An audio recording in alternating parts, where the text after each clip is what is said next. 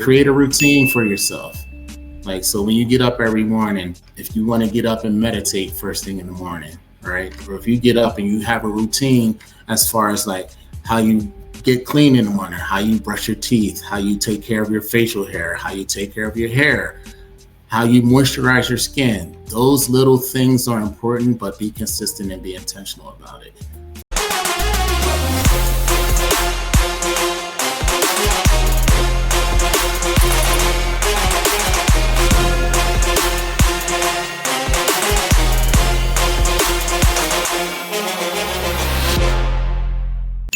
Welcome. This is the podcast where we are interviewing 100 Black men here in 2024.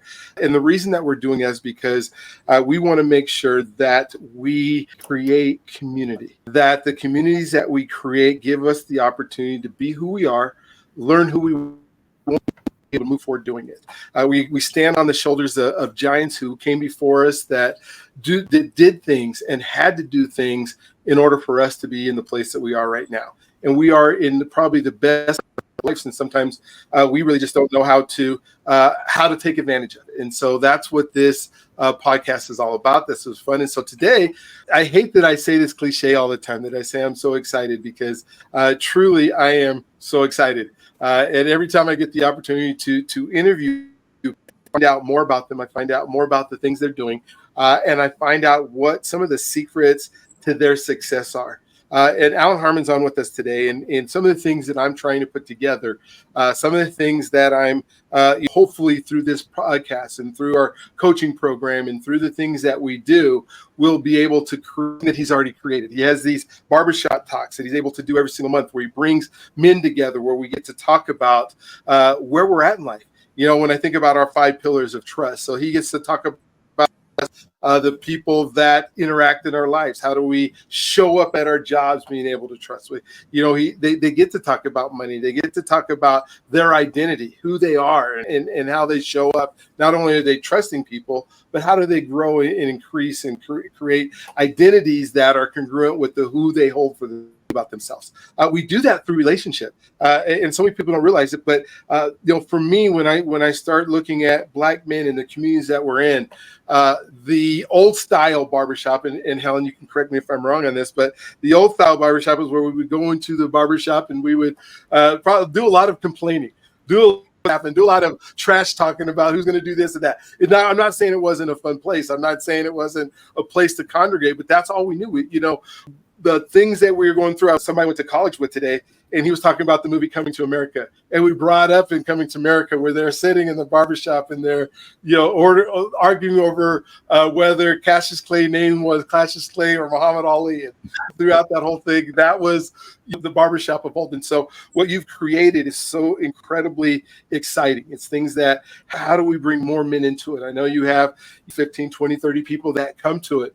How do we do that across the nation? How do we do it where there's groups of 15, 20, 30 people? I don't think we need to have 200 people in a room. That'd be a lot. We have lots of room with 15 to 20 people in a room, right? Because with 200 people in a room, you don't get to talk. You just get to listen, and you're part of learning, which is not bad in some situations. But if you really want to grow, and you want to grow in community, and you want to become leaders, and you want leadership to happen, what you're doing is so phenomenal. And so I've asked Alan to kind of talk about community groups, but his life. And I know, I'm here in Colorado. He grew up on the East Coast. And so I'm going to have him kind of share with that. So Alan, could you please just introduce yourself as we move forward, and then we'll just kind of chop it up as we go. Yes. Thank you again for having me on here, man. This is what you're doing is so powerful and so needed for our community. So I really appreciate what you're leaning into and what you're providing in all platform that you're offering for us. So thank you for having me. My name is Alan. Grew up youngest of 5, single mother. I'm from the East Coast. I was born in Chester, Pennsylvania.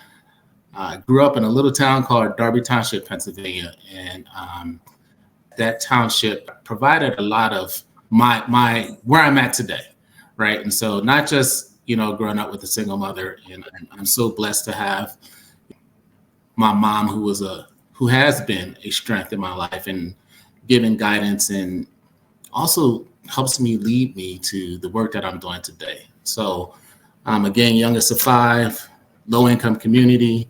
My mom was that person that always no matter what we have or didn't have, she was always sharing and giving to others. And so that's been my journey in life, is helping others, giving to others, and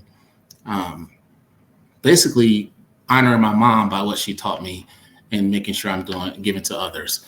So grew up, went to high school, and well, let me back up a little bit. So integrated a middle school growing up, and that was a journey in itself, and dealing with racism at an early age, and then also dealing with how law enforcement treats people of color, and particularly young Black men. So that was a part of my life and experience growing up, and that journey integrated in middle school, growing up, first couple of days getting chased home by some older kids until, as young middle school kids, we had to stop and defend ourselves, right? And stand up for ourselves and say, hey, we're not going to stand for this, and we're not going to allow others to treat us bad. In that middle school, it was either the first or second day of school. I got suspended that day, got in school suspension because one of the kids gave me a banana and said, hey, go feed your mother. And so I lashed out physically at that. And so it was just one of those things where you have this, for me, it was, you have this strong Black woman who was raising me, and to have someone disrespect her in that manner, just, I wasn't going to go for that. Right. So, but went on, graduated high school, ended up going to the Air Force after graduating high school. And that's another story as well, how I ended up there. Actually ended up going to the Air Force because my high school football coach, should I say, didn't actually give me my scholarship recruitment letters when I was being recruited in high school. So imagine that. But I have three older brothers that were all in the Army, and I wanted to go different, so I went Air Force route. Was in the Air Force, was stationed in Cheyenne, Wyoming, my last base. And at that time, I thought I might go career military. And so they said, hey, it's time to re-enlist or discharge. And I decided to discharge because this young Black man from the East Coast was in Cheyenne, Wyoming, which was, shock enough, wasn't going to go to North Dakota. So got out of the military, spent 17 years of my life as an X-ray CT MRI tech. Got that training while I was in the Air Force. So spent 17 years working as a CT X-ray MRI tech. From there, I got bored with that. And then when I moved to Colorado in 2004, I stopped being an X-ray tech and like abruptly stopped because I was bored with it and wanted to change, and started my own catering business. Had a barbecue catering business for about 6 years. Then that turned into a personal chef business. That came about because we had someone that mother needed some meals. And so it became an opportunity to provide some meals for a senior, and I found that to be very rewarding. And so that lasted for a little while, then spent some time working in a dental lab, making appliances for people with snoring and sleep apnea issues, before I landed to my current employment as a program manager for the Center for African American Health. And so I have a long journey. I don't know if we have enough time in this hour to really talk about the things that I've experienced in my life, but I will say I've experienced a lot through my path. Yeah, you have. It's been, which is so cool. I mean, it is neat to see that through all that you've come out to the man that you've become, right? And we think about identity, and we think of like, what are those pivotal moments when we make the right decisions, right? You think of the decision you made as a young school that somebody talked about your mom, and then that wasn't going to happen, and all of a sudden you're in a fight, you're suspended. I think the pivotal moment is after you got suspended, what stopped you from going down that every single day, or happening every single week, or happening, like some of the folks that we know that foster so much anger and so much resentment and so much, strife.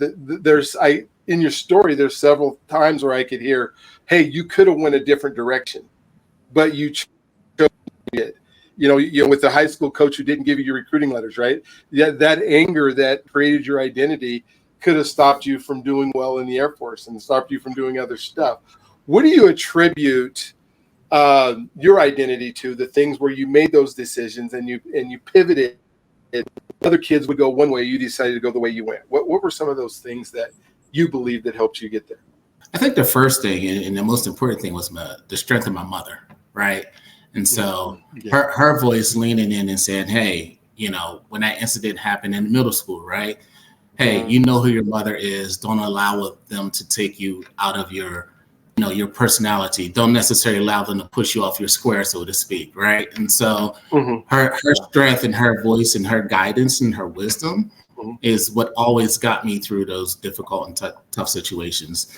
And then, I had my best friend who passed away in 2013. He would always, that one person I can always have conversations with and help guide me and, prevent me from doing some things. And then, my brothers, I have family that I could lean on that were there to uplift me and support me and say, hey, man, you got to do better than that. And so just having that tight family unit was critical for me, and understanding that, you don't have to go left, so to speak. You can do better than that, and you should want better for yourself for that. So that's where that strength came from, was just leaning on, like, witnessing a single mother raise 5 kids. My sister was the oldest, and then there's 4 boys, right? And so raising 4 boys is tough, but seeing her strength, working in numerous jobs that she had to work in order to provide for us, but then also sharing and providing for others. So how could I go wrong with having that strength and having that source of someone to say, hey, that's not right, you can do better. Yeah. Oh man, that's so good. When I think of that, I want to jump into health because it's what your forte is. Center for African American Center for Health is just so important, and one of the topics that we don't get to talk about a lot. When I ask folks, I say, our average life expectancy is like 72 years old, and how you keep healthy, and then I get a lot of responses about it, or I don't know what to do, or I don't know the steps, or I just kind of do what my parents did. I try to exercise, and then we start talking about mental health, which is even more important, and it goes into the identity and everything else.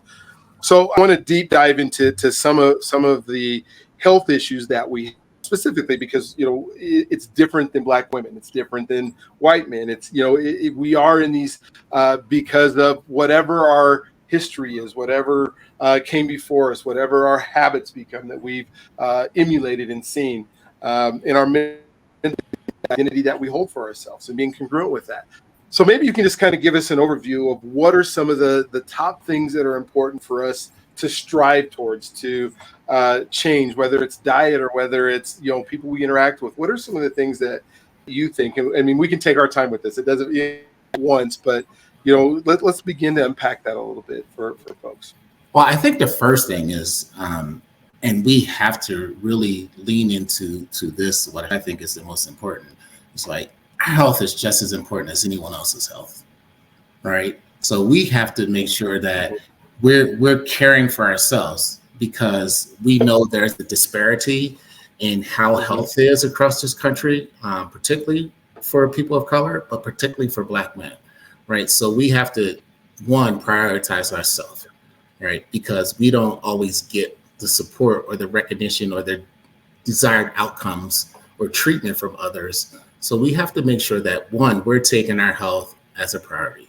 As they say, your health is your first wealth, right? And so how do you make sure you keep in that wealth if you're not taking care of yourself, if you're not relying on, being healthy overall?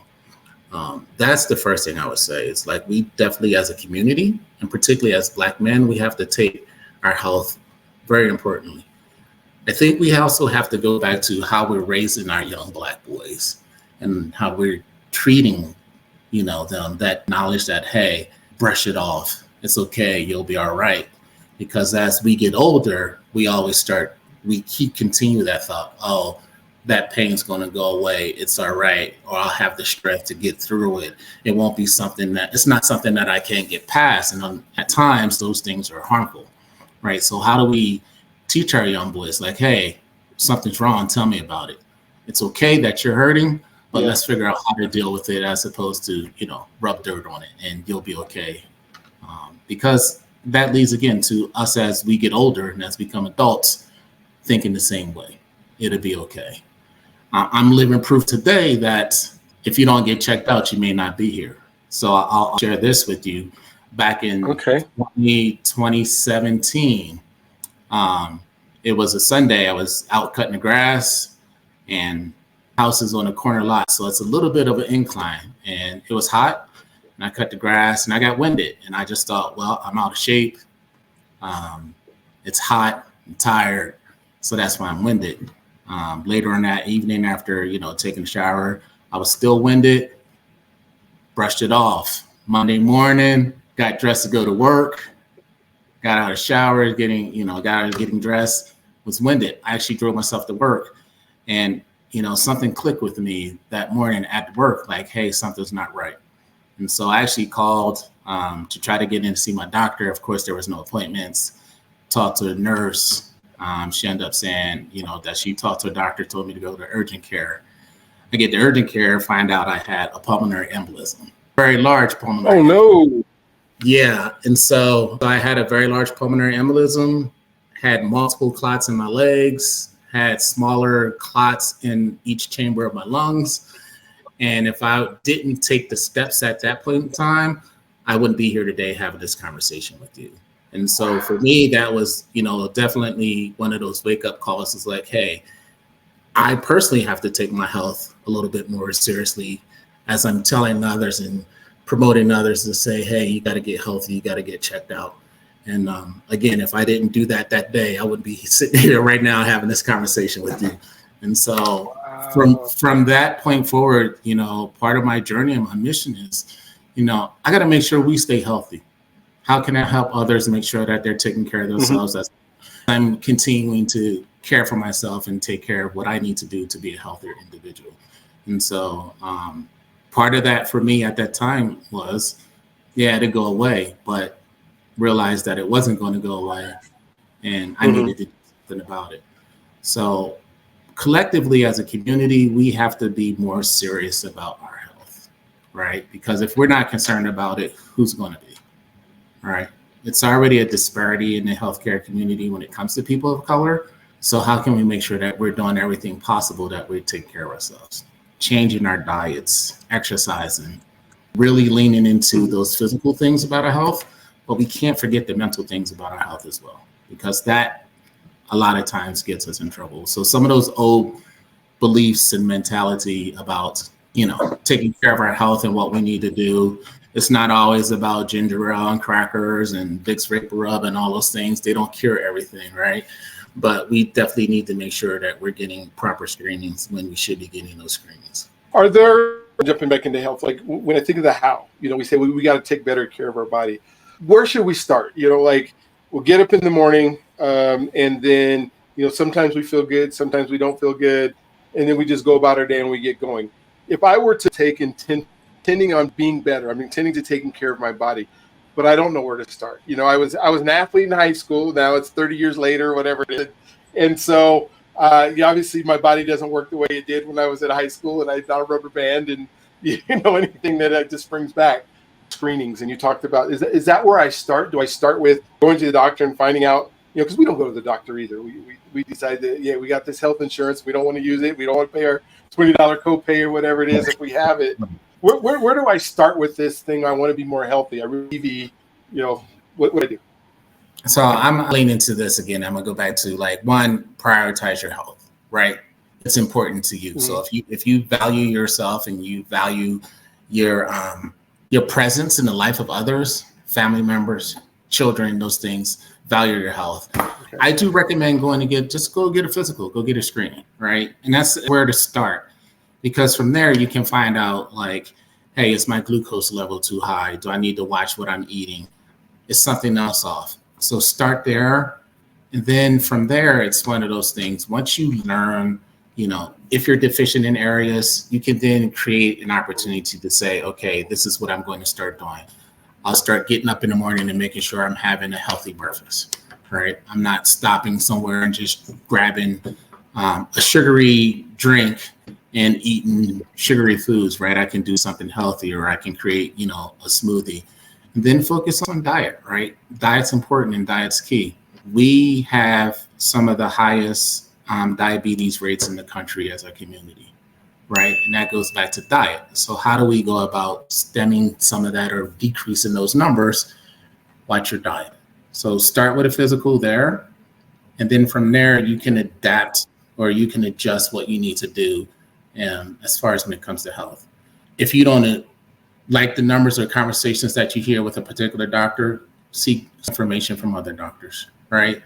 We're allowed and we're open to getting second opinions to make sure that we're focusing on what's right for us. Sometimes it's helpful if you can find a doctor of color because they understand our history, they understand our culture, and they know sometimes what medications are good for us and what medications aren't. And so then at that point, if you have to take medication, you have to do some research, right? What works for us, what doesn't work for us. It's incumbent on you to do some research because we don't always get that proper information, right? We don't know that, hey, this medication is better for some folks and it's not us. And some of these studies doesn't really focus on our culture, the differences in our bodies and how things happen. And so sometimes we're all just grouped in a particular pot of like, hey, let's just give this to everyone. And that's not necessarily what's needed. So I would say start there and then, talk to others and lean onto others, right? So I would say I'm blessed, right? So tomorrow's the 1st. My mother will be 93 years old in a month. So September 1st, right? Yeah. So what has she done health-wise? I know the of, her illnesses and things that she's had, but what are the keys to that longevity of life? And, I look at her diet and what she eats and what she doesn't intake. And, sometimes we have to look at others, and it's okay to ask for help. Like this notion that we have to figure it out and do it by ourselves, we got to get past that. All right. We got to get back to checking in with each other and say, hey, what's working for you? What's working for you? How can I maybe find a little bit more information or some healthier things and, be willing to share and reach out to others. I think when we look at the concept of community, right, that mentality, like it takes a village. And once we lost that, I think we've kind of stumbled down the hill a little bit further than we need to be. And so it's okay to ask for others. It's okay to reach out. You can reach out to an organization like ours that provides information, that provides health education, knowledge, but you have to be hungry for it. You have to seek, and you have to want better for yourself. So good. You mentioned a couple things. You mentioned like one treatment isn't good for the Black men that I meet. The more of them tell me they're on metformin. The more of them that tell me that they're on this diabetic that just is the one size fit because issue. Here's some metformin. I know when they sent it to me and I started doing the research on it and going, wait a minute, this is poison. This is, but it's super cheap. They can send you. I was in charge of that that I was working at, and they would get their meds sent to them, and there would be like somebody coming with a bottle of 2 bottles of 500 metformin pills, like 1,000 pills of metformin. This guy's going to take these in the next a day. And so it's really important to be educated on what you are and having those conversations. I told my I'm never taking it again is what I told her. And she's like, well, that makes sense. There's all these other ones that are available, but this is just what we give people. I'm like, well, what if it's not what's right for me? What if it's making me gain weight? What if it's making me have low energy? What if it's making me crave the sugar even more or whatever it is that we're taking? And so it's super. I love what you said in there. Part of it is a lot of us have really good genes. My dad's 85. He's running in track meets. He told me he's never spent the night of your life. I'm saying, okay, so what is it you're doing, Dad? I should take, some of those clues, right? If success leaves clues, then I should talk to the person who, and they're 50 years old and ask them what they're doing. I should be talking to the person who's 93, the person who's 85. What is it that you've done in order for your body to continue to work? And most of the time I find that they don't have a weight issue. They don't crave as much. There's so many diets out there, Alan, and I know, everybody's got the diet that's going to make the difference. But, it doesn't matter what the diet is if you don't do it, right? It doesn't matter. I've been doing the intermittent fasting for the last few years now. Incredibly good for doing it. But it took the discipline to be able to do it. And what I'm doing, and all the things that they send us Are you teaching people or having people try different diets? Or are you just saying, eat right, and then we kind of don't know? Is easy to say that well, there's it says 90% fruit juice in it, and then I guess I got my daily dose of fruit. Yeah, no, I will say no. We're not teaching people different diets, right? Because as individuals, our bodies are all different, right? And so we won't ever say, hey, you should do this or do that. I think the one thing that we're doing is just providing information and education around certain things. And so by providing that education, it gives you an opportunity, one, to do a little research or hear a little something that maybe you haven't heard before. And then two, see what's going to work best for you. Because again, it's not again that one-stop shop fits everybody. Everybody's metabolism is different. How we process foods are different for everyone. So we would never want to say, hey, you should do this because this is something that'll work. That would basically put us back into what the rest of the medical society is doing, the medical community is doing, and saying, hey, do this, or you should do this, or try this fad diet or that fad diet. We definitely, it is an individual thing, and it has to be intentional if you really care about yourself. I think one of the positive things about social media and YouTube is the number of young folks that we see in the gym working out, creating healthy meals, creating smoothies and things like that, right? Sometimes some of those other shows where, those cooking shorts or videos where they're using a lot of processed oils or foods or things like that, we have to be mindful of those things, right? And so I think the younger generation is starting to see a little bit more the importance of their health and how they're working out more, how they're exercising more, riding bikes, running, in gyms and things of that matter. Some of us older folks, it's hard to break what we've done, throughout our lifetimes and what's been healthy, not healthy, but what's been good tasting and good for us and delicious and all that kind of stuff, and don't want to, so-called set in our ways and don't want to change a little bit. But we're also seeing some older folks who are definitely willing to do some things different with the diet. But we will never say, hey, do this. We will always say, hey, here's the education piece. Do a little bit of homework and research on yourself, and then figure out, with your doctor, what's going to be best and what's going to work for you. Perfect. Mental health. It's one thing to say, I care about my body, I'm doing stuff. It's another thing to have a mindset that allows you to do the things that help you to take care of your body. What are some things that we can do, or the importance of keeping our minds healthy?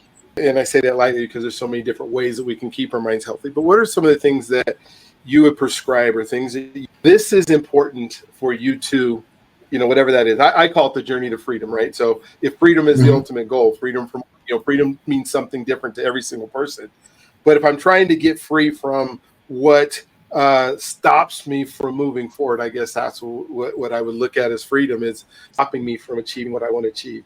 In order to do that, what are some things that I can do with my mindset, with the way that I think, the way that I interact with people? What are some things that you would suggest? First thing I suggest is be intentional about taking care of yourself, right? I think too often we fall into this, oh, that's what so-and-so is doing, or everybody's doing this and everybody's doing that. First thing you got to do is be honest with yourself, right? And so if you're feeling a particular way, it's okay for you to go talk to somebody or have a conversation with brother, neighbor, father, parent, some stranger off the street. Just have a conversation about what you're dealing with, and don't be afraid.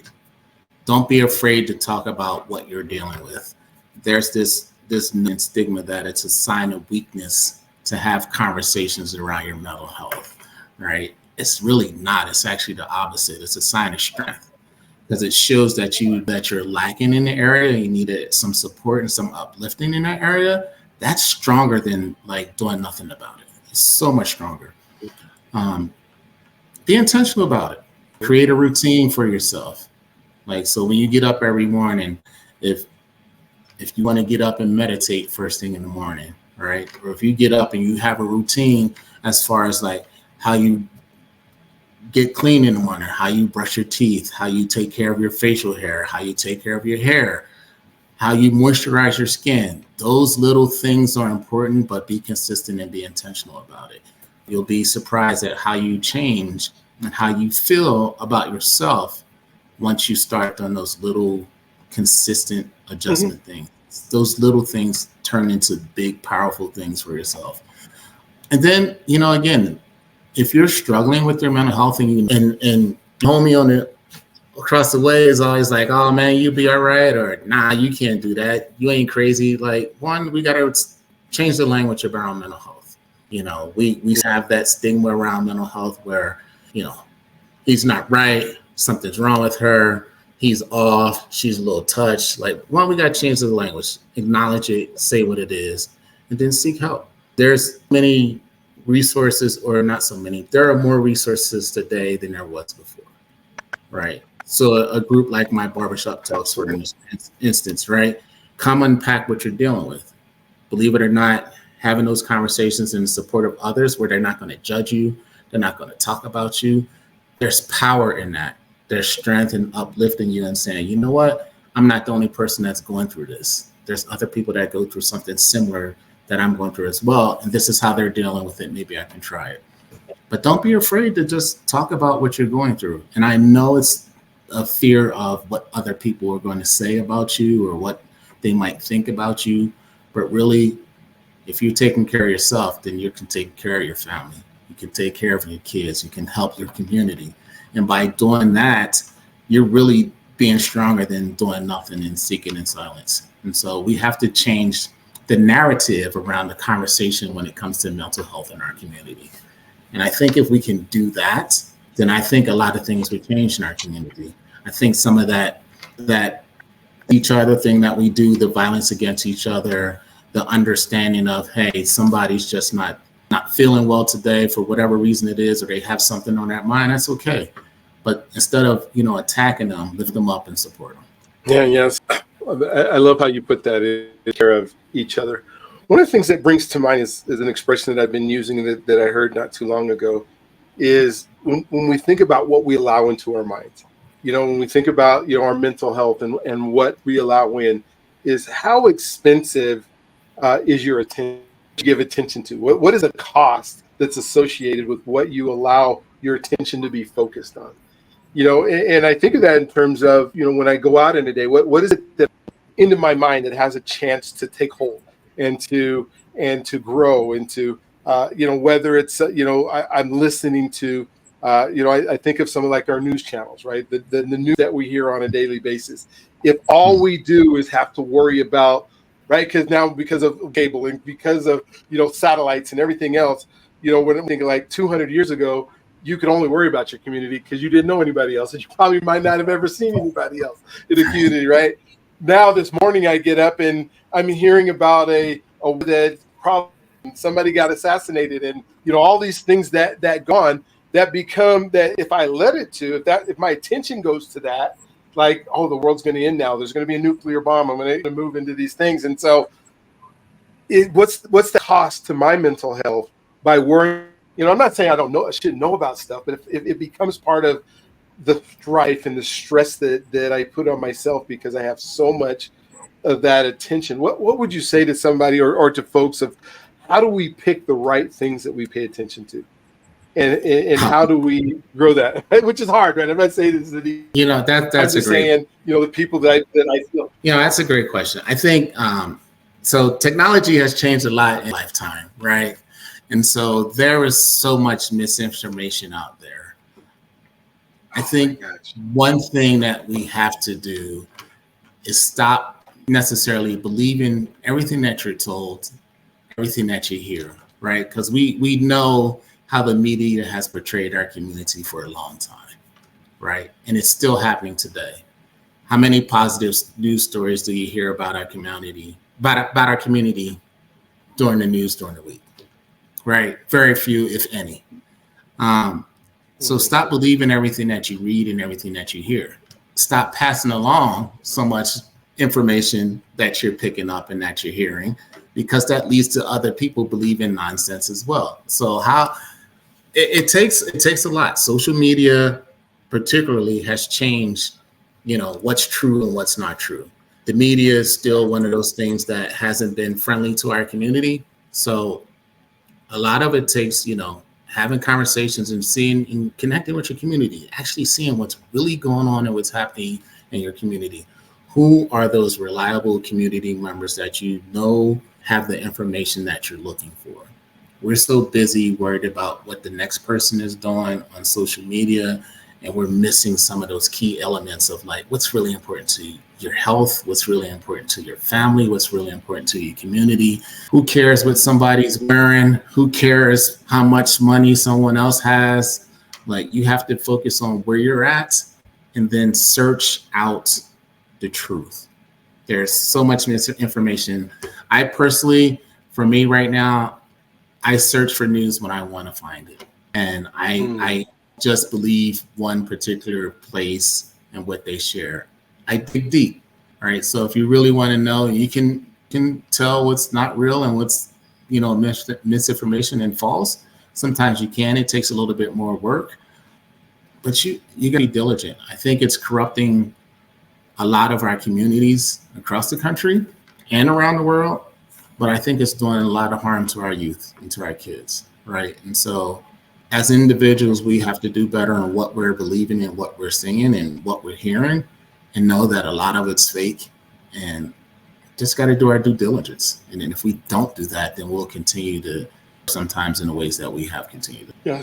Synthesizing information is more important than just having information. And that's the age that we live in. We think about, hey, we pick the communities that we want to live in. We pick we pick the people that we want to hang around with. We should be very careful of what we allow into our mind and what we allow. You could scroll all day long on some of these social media channels, and there could be entertaining stuff, but if you spend 4 hours a day entertaining information that somebody put on there and your family's not eating, then we got to kind of rethink about some of those priorities that we have.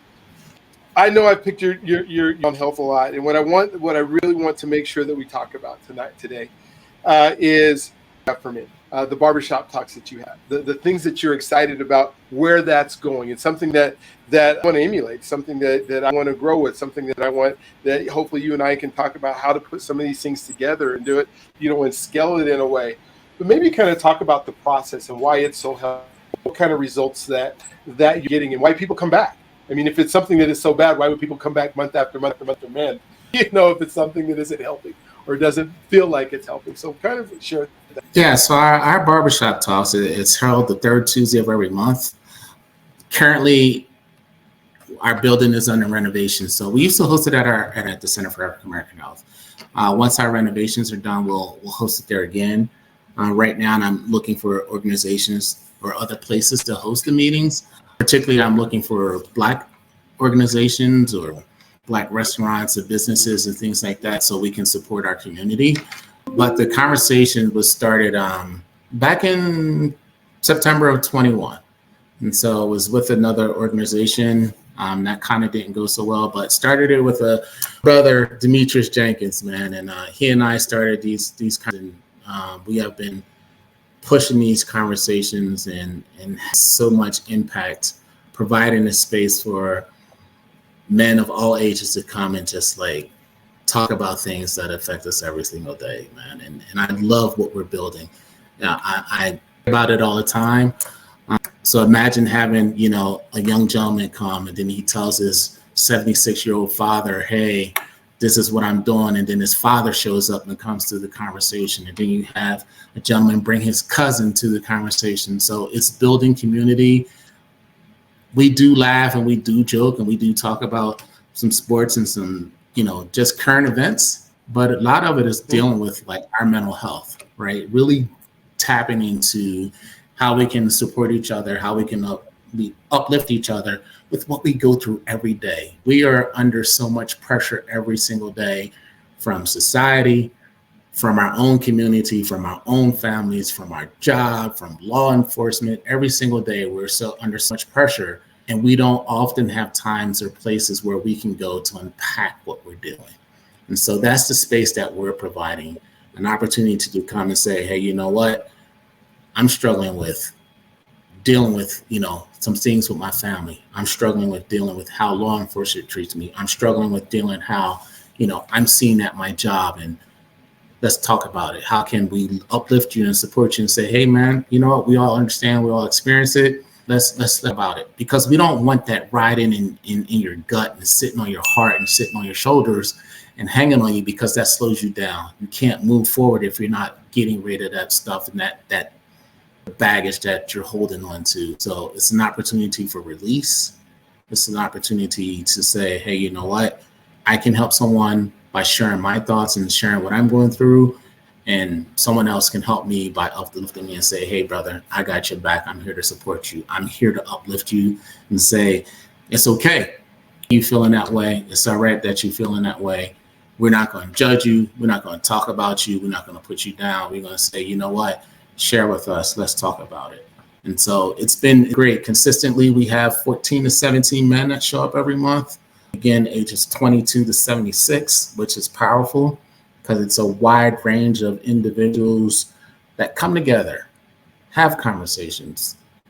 Because we all work different jobs, we have former football players, we have, government officials or government workers, we have young folks who are doing things at their jobs, we have people that work in healthcare. So we all experience different things. So it's not like we just have one member or one type of member from community. We have a wide variety of individuals working in community.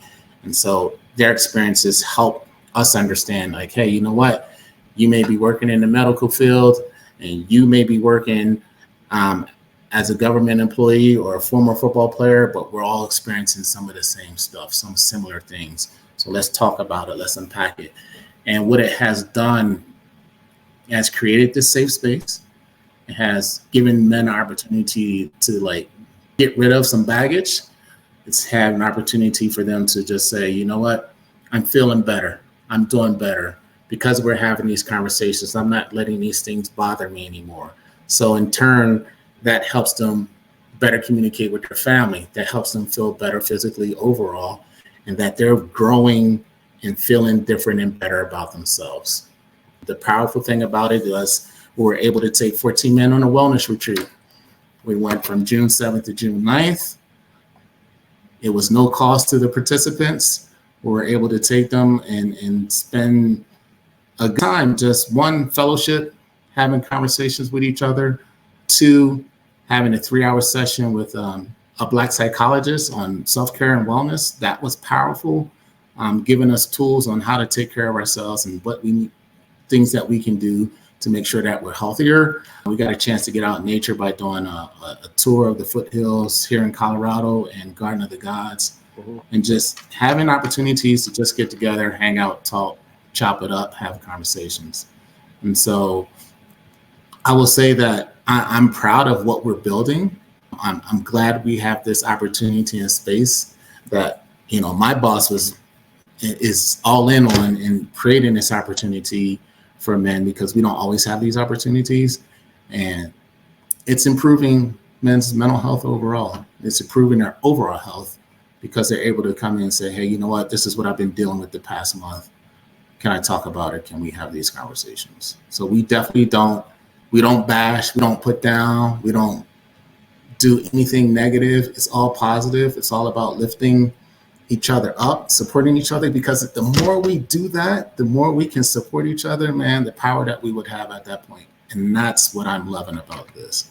We have an opportunity to not just the men that attend, but they take this home to their families. They take this out to the community, and they have these conversations and say, hey, man, this is opportunity for us to come together or come back together, lift each other up and support each other instead of, at each other's heads over nonsense. So I'm really excited about the work we're doing around this.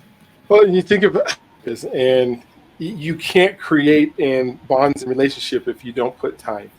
Time is that factor. It's that limited resources that we only have so much of it. And if we don't spend that time, one of the things that I'm working on now is I want to take a group of men to do a civil rights tour. They're going to Birmingham, Selma, and Montgomery next February. And, and maybe have a psychologist that will come in and talk and take 2 or 3 days where we do this together.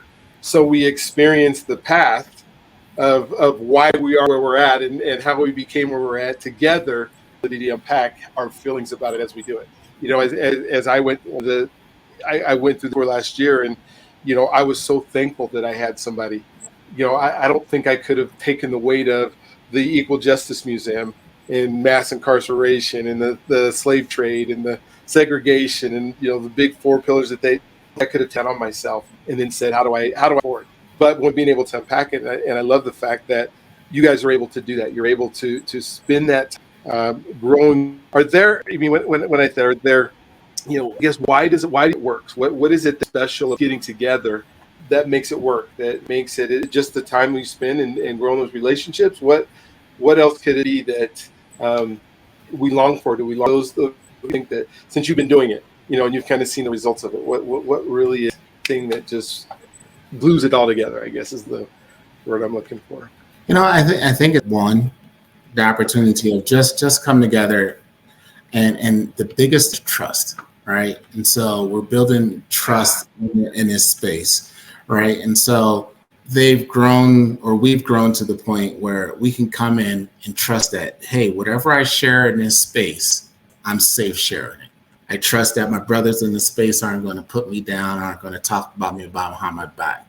And so having that trust piece, we don't always trust our brothers when we get with them. We don't. We sometimes we look at each other side-eyed and like, hey, we don't.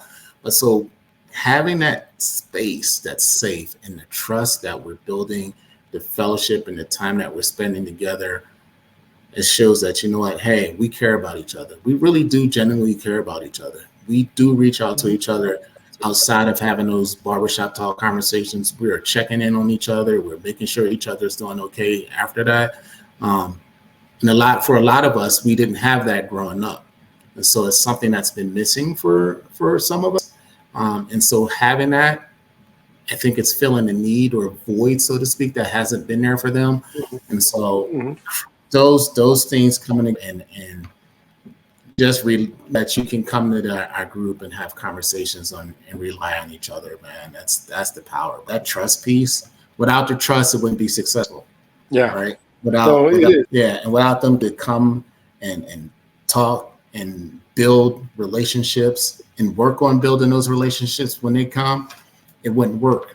So the success isn't me. The success is the men that show up monthly and come in and have the conversations and lift each other up and support each other and trust each other and love each other and care about each other. That's the success of this group. And that's so huge. Grow up being taught, I believe, not to trust each other, not to trust our community, not to trust the people we interact with, that we always got to keep everything so close to the heart. But that gets different. Everything is, I got to keep it because I can't trust anybody. Then how do I grow? And if we're growing around people that are, I talk about the rooms that we're in all the time. If I'm in some of my rooms, if I'm the smartest person in every room that I'm in, how do I grow? I got to be able to move up. I still got to be able to learn from others. I love the fact there's somebody that's 76 in there. If I'm 24, there's my opportunity to grow, because there's absolutely no way I'm the smartest person in the room. If I'm 24, I might be the smartest doing math, but I ain't the smartest doing life. That much experience that is in there. And so that's so neat that you're as we're getting on time. What did you want to talk about today that I didn't hit upon, or I didn't, because I've been kind of still in your conversation, picking your brain, talking about health and talking. You would love to just share that you want to other men that would be watching this that would say, hey, I want to be part of some stuff like this. Yeah, I think for me is this.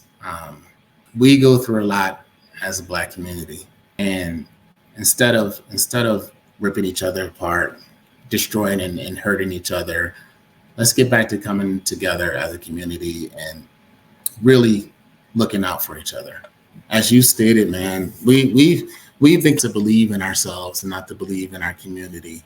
And I think it's the exact opposite, right? If we can believe in ourselves again, and we can trust in each other, and we can look out and support each other, our community would be so much better.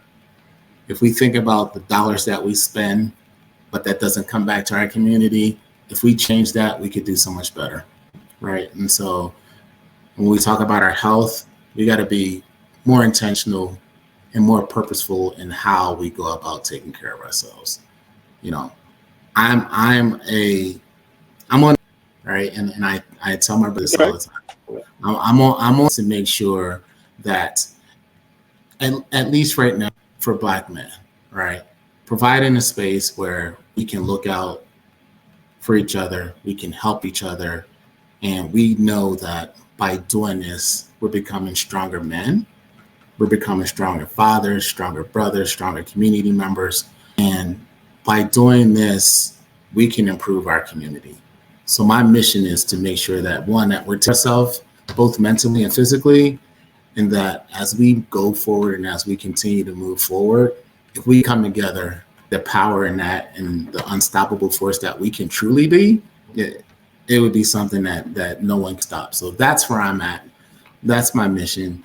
To make sure, as a community, that we're loving each other, that we're supporting each other, and that we holding each other accountable for some of the nonsense that takes place, but not just holding them accountable, helping them say, you know what, this is an opportunity or a way that you can do something different or do something better. That's where I'm at. That's my mission. I appreciate you giving me this opportunity to have this conversation with you. I would love to just sit down with you and just have some more conversation, because we could do for another 7 hours, right? So good.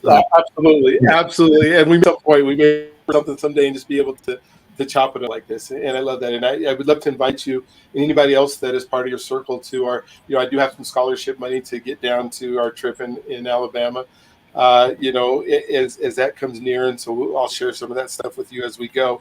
One thing that you would like to hear from I'm trying to ask this question of all my guests. If whoever my next guest is, and I were to ask a question, the last he said, I'd love to learn more about health. So it just worked out that you were able to talk about that. But what would be a question that you would love to ask, or from one of my guests that I can ask at the end of the show that you would want to know more information about? Do you have anything in mind that if you were to watch this podcast at a different date that you would want? It could just be a topic. It could be a specific thing you want to know. But can you think of anything that you would love to hear? Yeah, I have this that I sometimes ask. Why are you afraid of change? Wow. Okay. I love that. Why are you afraid of change? I will make sure that we talk about that. Yes, because if there's one thing that we can count on 100%, and so if we embrace that, and I think about that, I just feel it called "There Is No Tiger," and it's about overthinking. Just literally in the last few weeks, it's now open. I know all the places that you can get books, and that is one of the big questions that's inside of that. Is we overthink because we're so afraid that if we change, that we won't be able to control the situation that we think might happen. And we have this, I guess, that we have to control everything we're at and that are able to change. So absolutely great. Well, thank you so much for, Alan, for being on today.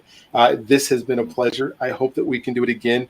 I would love to come to one of your barbershop talks, and, maybe we can do I haven't done this on a podcast yet, but I was just thinking as I was talking to 5 men that can just kind of talk about their experience, and we just kind of get together in a room and record a freedom podcast where we just talk about what does it mean to be free? What does it mean to, experience a group of relationships and all those types of things that we do with each other. And so excited about doing that again.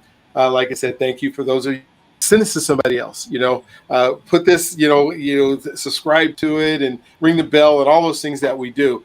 But we are stronger together. And the more that we can experience, and this is kind of a way for us to develop relationships. I get to know people. I get to know 100 men, right? That means I've spent 100 hours with men learning of their lives and what they do. And so I'm richer for it. And so I hope that you are too. So I look forward to seeing you guys on the next one. Take care of yourself. Don't forget you're God's greatest gift, and He loves you on the next one. Thank you. Thank you for me, man. I appreciate it. Take care.